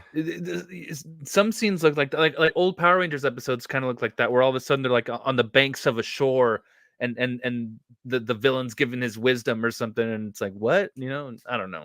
Maybe I'm wrong. I don't know. I thought it was cool. The only other thing I wanted to touch on is the like the people that are kind of like this is not Star Wars, right? Okay, we got 3 fans. Yeah, we got 3 films back in the 70s and 80s, and then it was like decades before we got something else. And then those new films came out, and all of the people that were diehards on the originals watched those, and they're like, "This is not my Star Wars. Get off my lawn."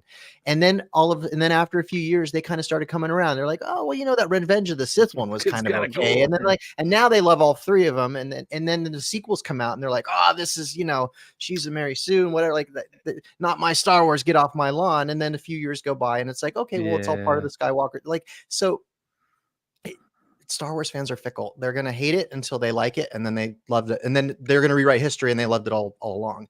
I think we need to just we need to just like let this play out. And the fact of the matter is there are people that are going to come in. This is going to be their introduction to Star Wars, and they're going to love this, and it might introduce them to other parts of Star Wars, or they might hate the rest of it or whatever. Like, it's overused a little bit, but the whole Star Wars is for everyone thing. This is going to be someone's Star Wars. And Absolutely. they might look at A New Hope and say, that's not my Star Wars. That sucks. Look at how bad the CG was or whatever. Well, yeah. And that's shitty choreo. okay. Yeah. And that's okay, because it's going to serve its purpose to introduce people to the franchise. And like I said earlier, like, we're going to look back at this in a year or 10 years or however long and be like, yeah, that was just part of the big overarching story. And here's where it fits. And now I see it. So we can be grumpy about it now, but I do think it's all Star Wars, which we love. So, dude, Yeah. Soul is killing it.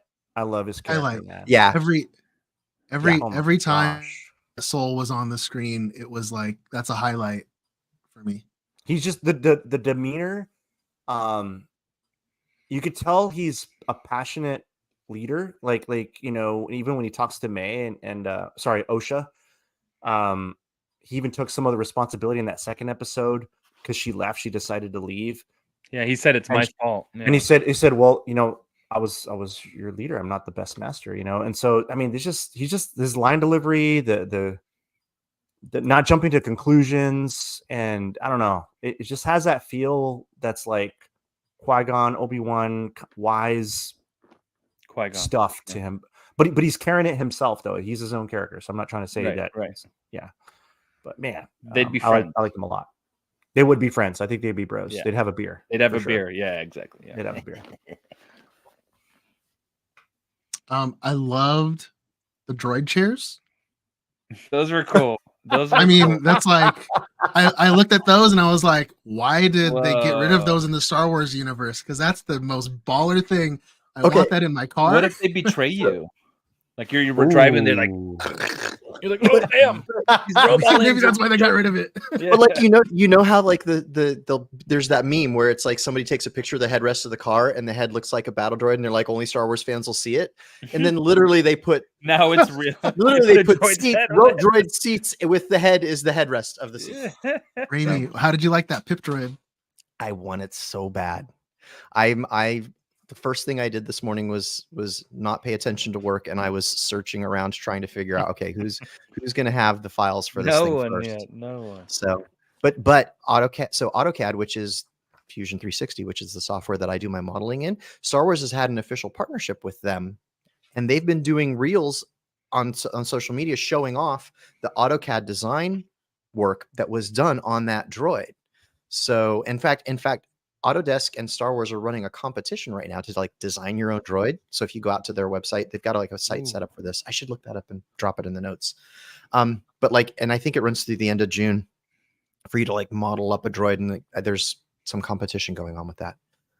But yeah, I want that droid. They Autodesk is claiming that droid that they're holding is a practical, like 100% practical. It's like Yeah, a- in the demo reel they open it up and you can see there's servos in it that make like the head move up and like the nodding and the little things come Wow. out. Like it's all practical and It's not CGI. so the designs for this thing exist. What I'm curious is if we'll ever actually get our hands on them, or if somebody's just going to have to reverse engineer it, which there's plenty of talented 3D modelers in the community that will do that.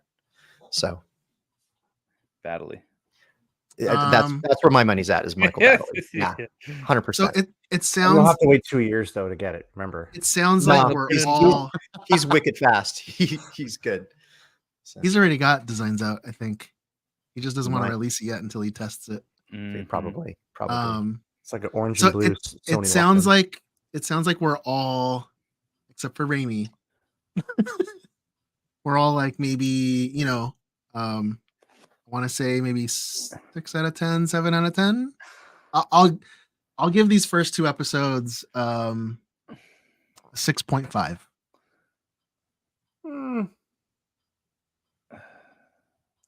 It would have gotten the extra 0.5 if they didn't shoehorn. I've got a bad feeling about this. Man, that line. I wish they didn't shoehorn that. I wish That's they what it felt didn't. like. Don't force that line. I'll give it a 6.5. And then we'll see what happens in the next. Like I guess when it Yeah. comes to when it comes to certain lines and certain themes that are like across the universe that we know as Star Wars, like you want to pump your fist in the air and say yeah because it makes sense, right? But it's like, wait, that's too soon, and I don't know you, right? It's like wasn't earned. it's like when you have a friend group and then that person comes in, they're like, hey, what's up, guys? And like, wait, who are you? You know, it Yeah. kind of felt like that a little It bit. didn't feel earned at all. They got to And work for it a little bit. Yeah. And it wasn't in a situation that I think like really Warranted called for it. it. Yeah.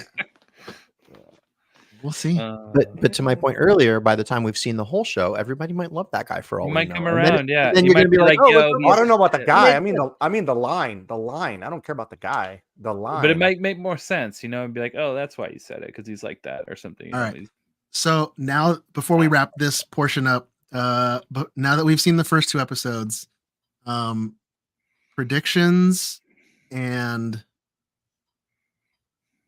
I guess predictions and wants, like what you think will happen and what you want to see happen. Ramalay?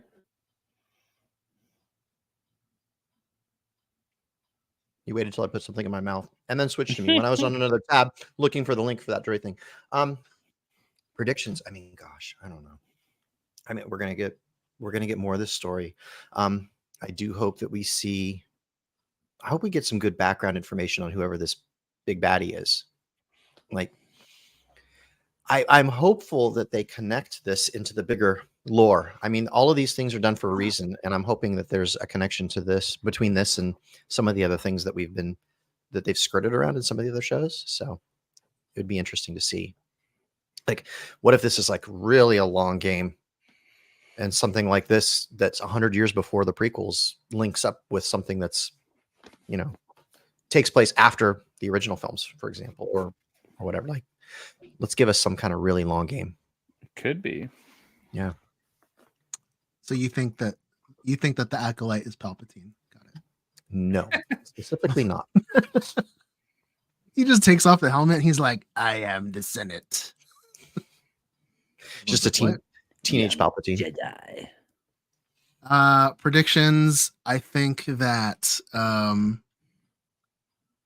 the show being called Acolyte, I think we're gonna have some really big Sith revelation by the end of this. It I means think something that else now. It means Well, you I killed think- the weapon. hold on, John. I think that the baddie that we see with the saber, the red lightsaber, I think that is the apprentice. I think that's the apprentice of whoever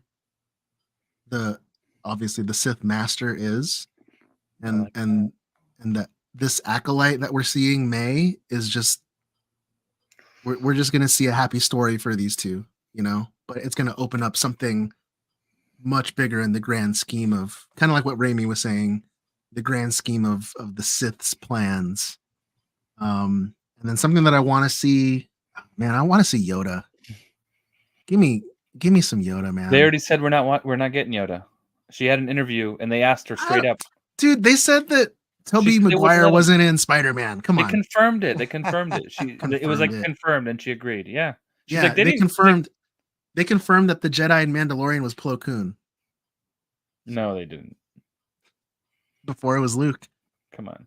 It wasn't. It was just concept. Give me some Yoda. That's what I want to see. Okay, John, go ahead. Jeez. What I think will happen. More lightsaber stuff. I'm hoping. Osha, the bad one. Osha. No, May. I'm hoping May has a lightsaber, or she has to build one, or has to. She just has those daggers. Has to go through a trial. She has the daggers now because that's what I thought it was no weapons. Those are weapons, right? I don't get it. They're weapons. Those are weapons, right? I'm hoping even that guy that Steven said is probably the apprentice. I'm hoping he somehow makes her build her own or something, and she does. Also, the guy reminds me a bit of Star Wars Visions. I don't know. I just made the connection a little bit, like almost like a Japanese vibe. Because I watched an interview with the director and the showrunner, this I don't know her name. I'm sorry, but Leslie Headland. And she was saying that she pulled from a lot of cultures in terms of the costuming and the armor, the design. So there were like the bamboo was like very samurai inspired, and then the metal was I don't remember what it was now, but it was something like something contrasting like Nordic or something. It was, metal work, whatever, metallurgy. And I don't know where I was going with that, but I like that the guy, that bad guy looks kind of like a Japanese inspired, almost like kabuki mask sort of, but not really type of thing. Yeah, the smile almost looks kind of like cartoonish, but not really. It's kind of like those, I don't know, like those sort of kabuki masks or samurai masks that are really distorted, like extremely, like they're made to look, I don't know. In that episode, the duel, like the woman that had the umbrella lightsaber thing, like at the beginning, didn't she have a mask over her mouth that had that kind of grin on it too? Yeah, something like that. Yeah. And what I hope happens is I hope somehow we either see a flashback of Revan, we get a mention of Revan, we get Revan, or we find a Revan artifact, a mask, a saber, a rag of clothing, whatever. I hope we get something of Revan. We need some Revan love. And I'm not saying this in a political way either. I don't care if it's a guy or a girl. Give me the artifact. Give me the mask. Give me the saber. Because in the game, it was a guy or a girl. Whoever's playing, you make your own character. That's the whole. You could make a girl Revan? Yeah, in the game. Yeah, that was the whole idea. That was the whole idea. You can play as if you wanted, you could make a male version or a female version. And then the plot twist at the end of the game was that you were Revan. So it was whoever you made. John, it's going to be Revan, and it's going to be Keanu Reeves. That would be the ultimate wish, of what I would hope would happen. Even if it's, and then he kisses Indara. Brings her back to life, and that's how she comes back. She comes back to life. We figured it out. And then everything turns green, and it's like, he's like, Trinity, we're a dyad. Like, let's go. We figured it out, people. That'd be cool. No, but yeah, I hope Revan somehow is brought up or mentioned, or we get some sort of nugget. That's it. That's what I hope. I just want Mexican food in Star Wars now. So a big burrito, maybe. A girthy burrito, because we're talking about girth. A burrito. We got noodles. We got sushi. We need Mexican food. We need Mexican My goodness. food. So we got the noodles. Noodles is awesome. Mexican I love the noodles. But Mexican food, a carne asada, Star Wars burrito. Maybe there's burritos and Skeleton Crew. If we don't get it here, I'll hold out for that. Fish taco? Yeah, I don't mind a fish taco. John, correct me if I'm wrong. They mentioned Nar Shaddaa, right? Yeah. We haven't seen it in live action, correct? Yes, we have actually. Isn't that where Anakin and Obi-Wan are chasing what's her name? That was Coruscant. That was Coruscant, bro. It is Coruscant. It's not Nar Shaddaa. Yeah. So what if on Nar Shaddaa they have like those street vendors, like we see in downtown LA? Right. Come on, Joe. Dude, there we go. Little burrito action. I don't have any expectations now that I've seen the first two. We have seen it. It was on Obi-Wan. A burrito? Or was it not? Dayu. That was Dayu. The planet was called Dayu. Oh, right. Okay. You Star Wars, dude? Come on. No, yeah, I'm looking at everything. You got me happy there for a second. It's in KOTOR. Live action. It's in KOTOR. Like it's in the game. Nothing, Joe? You don't want to see anything? Red light. I just want to be entertained. It's Star Wars. I want to eat it. I want to watch. Get your spoon. I want to consume. Sorry, I want to consume Star Wars. Eat it. Now I know what the end of the show is going to be. I want to eat it. Is there an echo in here? Yes, What? I'm Echo.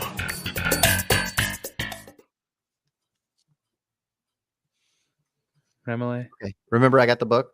So Yep. Oh yeah, I'm Which waiting is quick. for Where's it. dad jokes? Shout out to Kelly Knox. Oh, it's gonna Send it.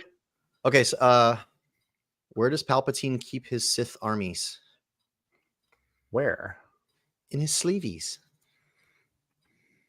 In his armies, his His sleeves. armies are in his sleeveys. I'm just reading from the book, guys. I didn't write these. Hold on.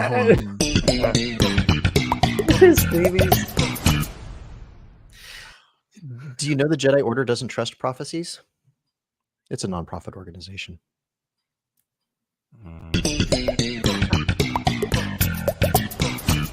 Gotta say her. What's the tallest building on Coruscant? What? The Jedi Archives. It has the most stories.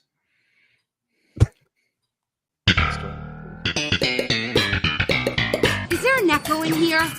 Yes, What? I'm Echo. It isn't Star Wars. Wow.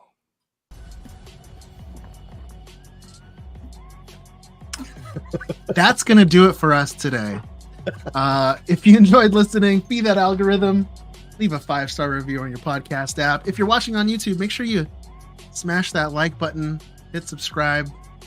Be sure to subscribe to our YouTube channel. Just subscribe down below and you can be entered to win an Alpha Ignition helmet of your choice, casted by the Dad Batch and painted by our very own Tech.Bad Batch Joe Lara. In honor of the Acolyte, visit.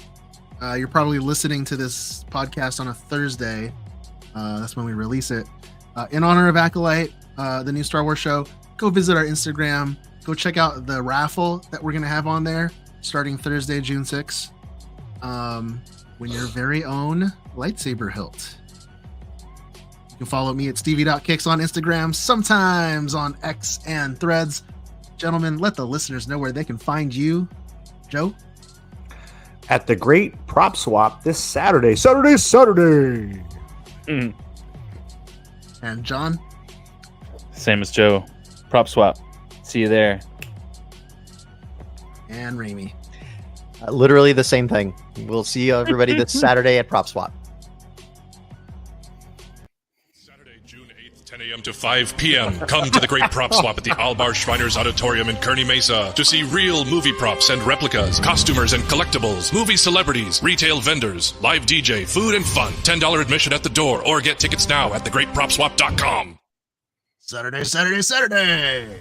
Come! Thank you again, everybody, for listening to episode 95 of the Dad Batch podcast. Be sure to tune in next week for episode 96 when we're all going to dress up like High Republic Jedi. And until next time, enjoy your spice responsibly.